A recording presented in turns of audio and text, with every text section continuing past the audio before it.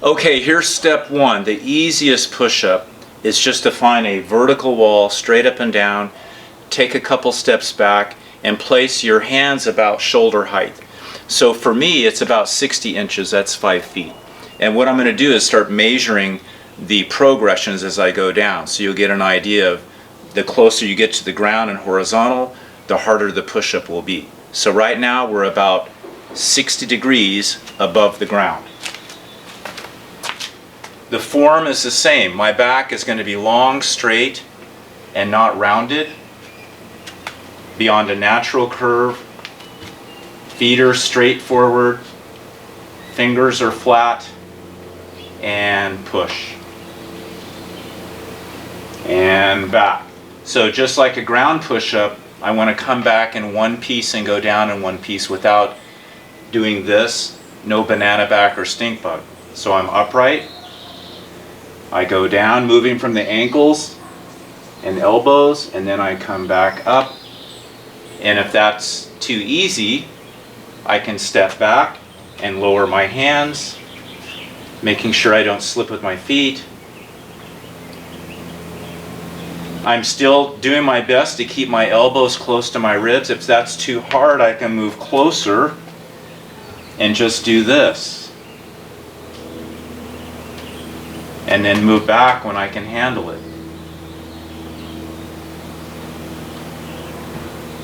And really, it depends on the person. If you're working with somebody older or with a shoulder injury or extreme levels of weakness, you have to do what you need to do to adapt and modify to make it safe for them, while also providing just a little bit of a challenge, but that they can successfully achieve.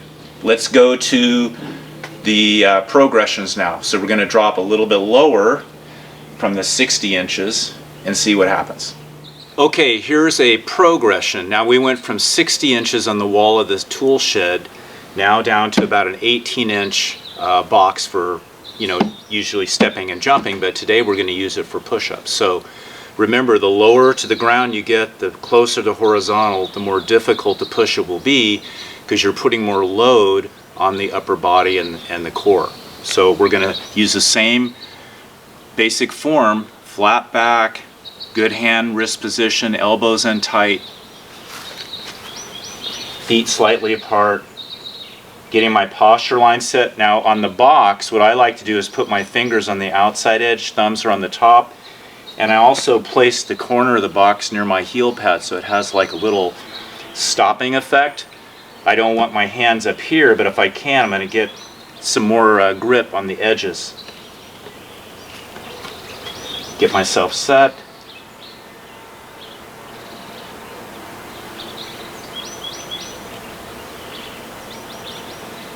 And what I want you to see is the form stays the same.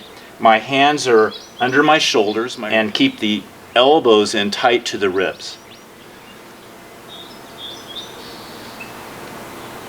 And so that is an example of a progression about 18 inches off the ground.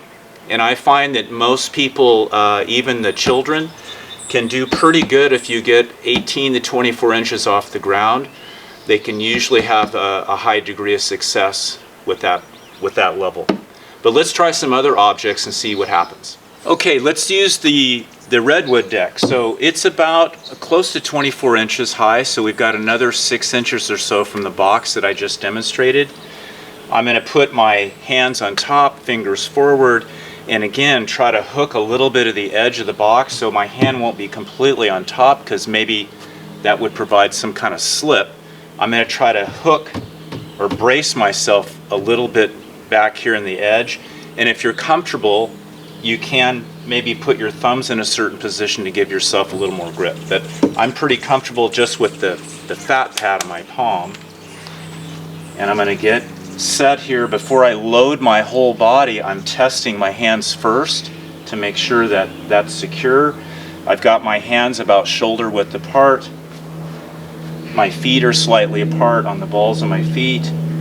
I also want to test my feet a little bit to make sure the grass isn't too slippery so I don't fall, and I seem to be getting that before I go down. So I'm going to go proceed, get my posture line set, down, and up, down,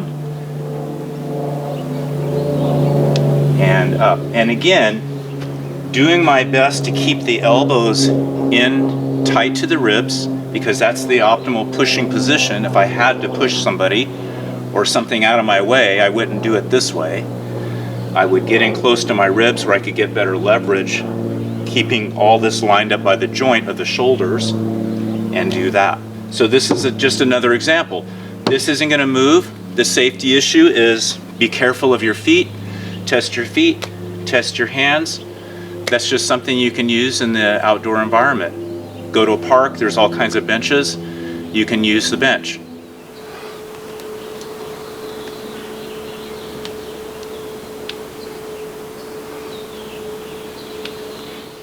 Okay, the barbecue deck is going to provide a nice incremental progression from the vertical wall. The vertical wall is about 60 inches. That's how high my hands were up from the horizontal ground. This is about 40 inches, okay? But the form is going to stay the same. I'm going to have a long spine. I'm placing my hands in front of my shoulders. When I do the push-up, I move in one piece. The elbows stay close to the ribs. No banana back, no stink bugs. And so again, I'm going to put the edge of the object that I'm pushing on right across the fleshy part of my palm, so it gives me a grip, kind of a bumper plate, so I'm not going to slip. I don't like putting my hands on top of surfaces when I do things like this because it might slip away. So I'm going to check my hands, check my feet, set my spinal alignment, and down, and coming up in one piece, one long unit.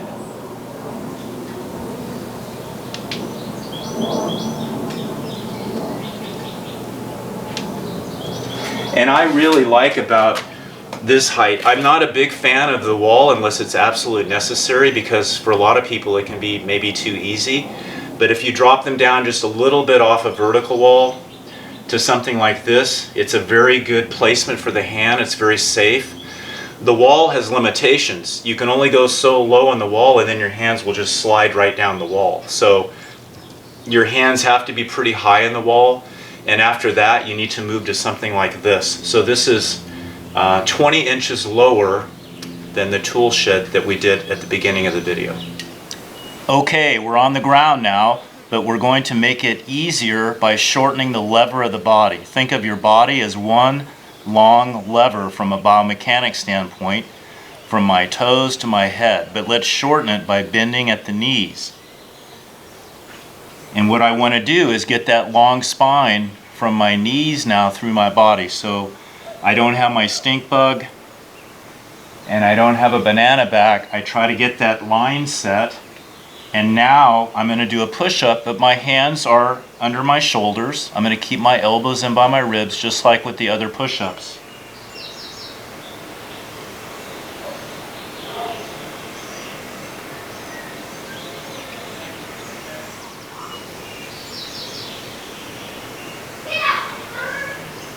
So that's an example of making a ground push-up easier by shortening the length of the body or the lever length.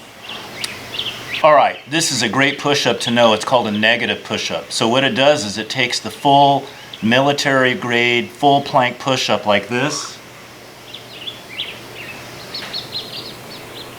and it splits it in half with the knee push-up. Remember, the knee push-up shortens the lever length throughout the whole up and down movement. This is the knee push-up. So what we're going to do is we're going to start in a full plank. So it takes some strength just to hold this position. Hands under the shoulders, long spine, long body, core is tight, booty's tight.